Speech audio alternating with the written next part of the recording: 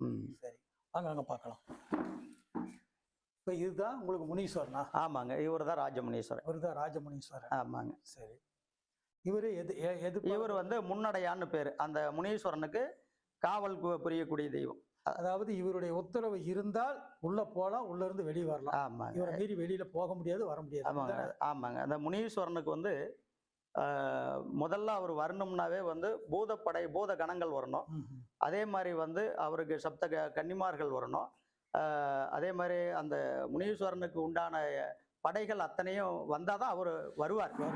அப்ப அவர் அந்த படைகளை பாதுகாப்பு பண்றதும், அந்த படைகளுக்கு தேவையான விஷயங்களை பூஜையை வாங்கி அவங்களுக்கு கொடுக்கற வேலையை அவர் பண்ணுவார். இவர் தான் பண்ணுவார். அவர் தான் பண்ணுவார். சரிங்க.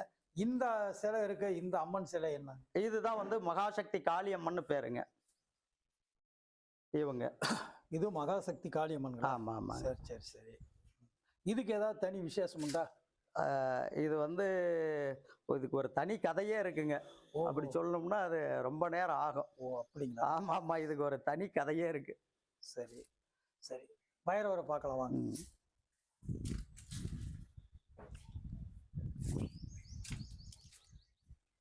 இதுதான் நவகிரகம். நவகிரகம். ஓகே.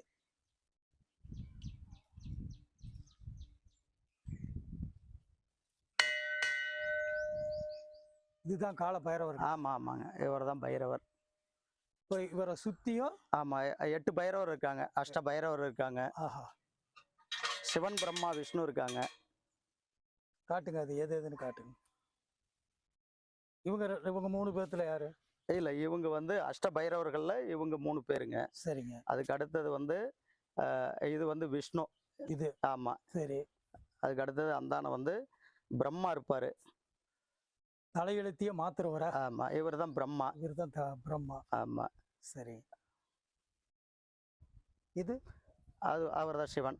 இவர் சிவன். ஆமா. சரி, சிவன் பிரம்மா விஷ்ணு. பிரம்மா விஷ்ணு. ஆமா. அஷ்ட பைரவர், சிவன் பிரம்மா விஷ்ணு. சிவன் ராத்திரிக்கு சிறப்பு பூஜை நடக்கும்.